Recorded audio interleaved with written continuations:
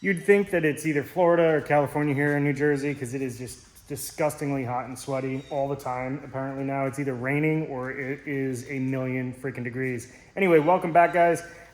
Today is just pretty much going over some bad decisions that I've made, and it just keeps getting worse. So there's that.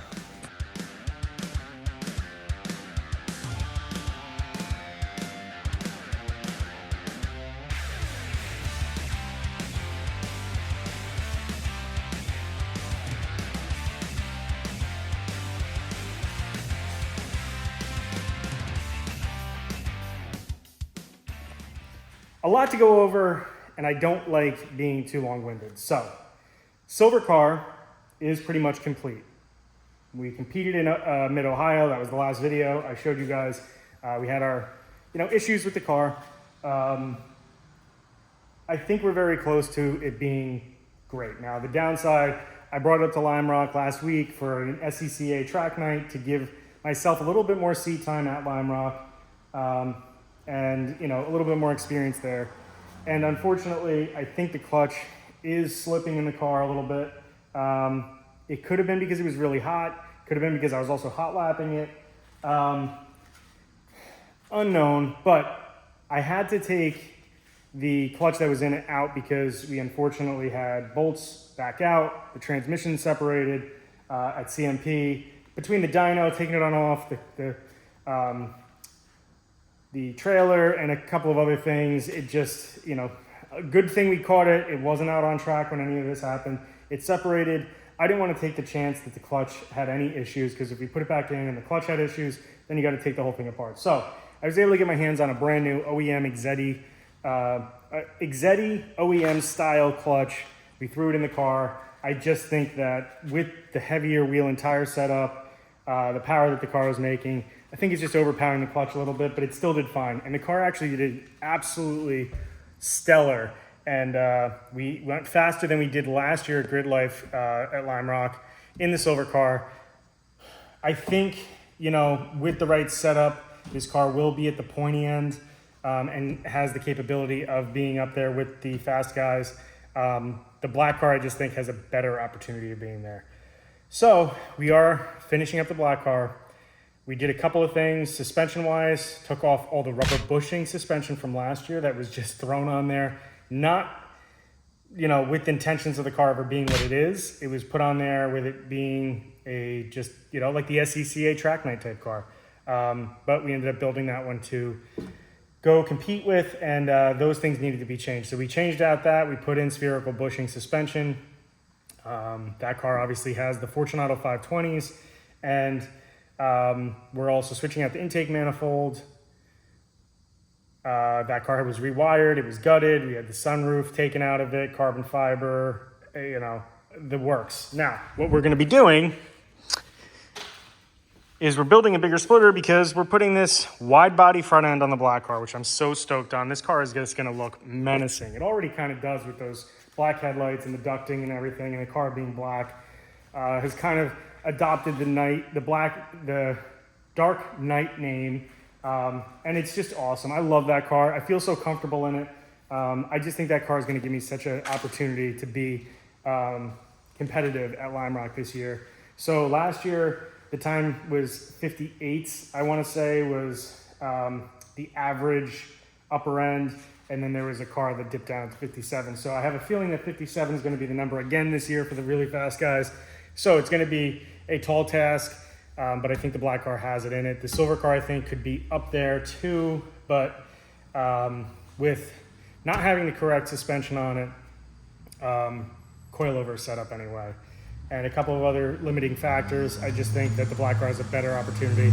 We are going to bring this one with me too, but in the meantime, we have to make a splitter, so that's going to be going on this weekend. We're putting on the front end. I have to fit it. We're going to put quick releases on it. I think I have them over here to show what I'm talking about. Yeah, we got these. So these quick latch is just going to make life easier. We'll probably have one like right there, and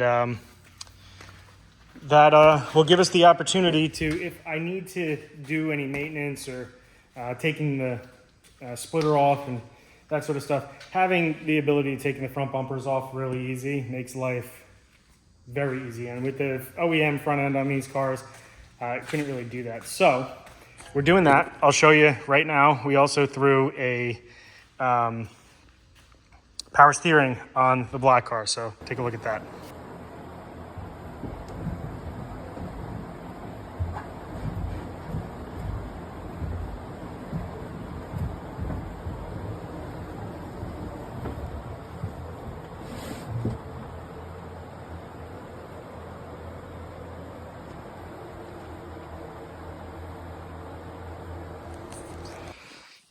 I'll show you here too.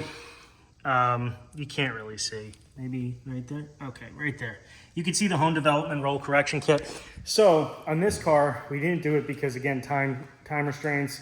And I also wanted to try to keep myself on somewhat of a budget with this car. It was supposed to be like a budget build, and then that just went out the window trying to get it to work the way that I wanted it to. I came to the realization that in true fashion, there might be a way to save some money here and there.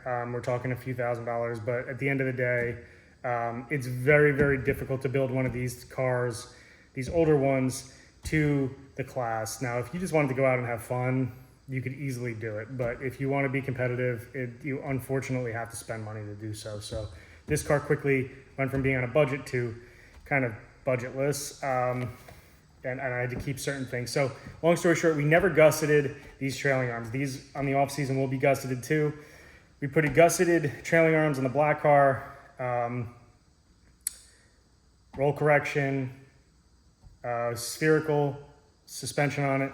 We also upgraded the rear sway bar because last year we had a white line, I think it was like a universal sway bar on that car, which actually had two different length ends on it. And unfortunately, what does that mean? That means that if you turn one way, the sway bar is going to be really stiff, and when you turn the other way, it's not going to be as stiff. So we upgraded to an ASR hollow bar, rear sway bar, and I did front compliance arm, spherical, front compliance bushings, spherical, and also front lower control arm, spherical on that car as well.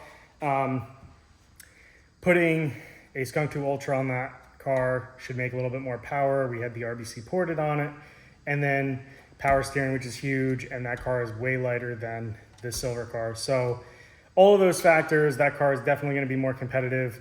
I plan on giving you guys an even more update this weekend. We're going to be building a splitter for the black car to fit this front end. Then come Monday, this front end is going to DP with the black car, hopefully. Well, if the black car is not there, this isn't going on Monday. But when this goes, hopefully Monday or Tuesday to DP, we're going to get this fitted, and they're going to actually weld the mounts on for those quick releases, build some ducting for me, and then we are going to get the car over to body for some body work and paint, and then that car is going to be going to get aligned, and hopefully we can get this thing just thrown together and get out on track for Lime Rock GRIDlife in a few weeks. So that's the goal, guys. I hope you enjoyed this video. I know it's a lot of talking. I do think we're going to really try to do a couple of videos.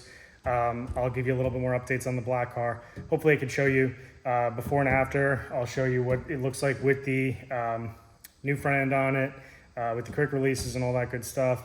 And then you're just gonna have to wait till Lime Rock to see the reveal of the whole car, which I'm super excited about because that car is gonna be unbelievable. Thanks guys for watching. I'll see you soon. Take care.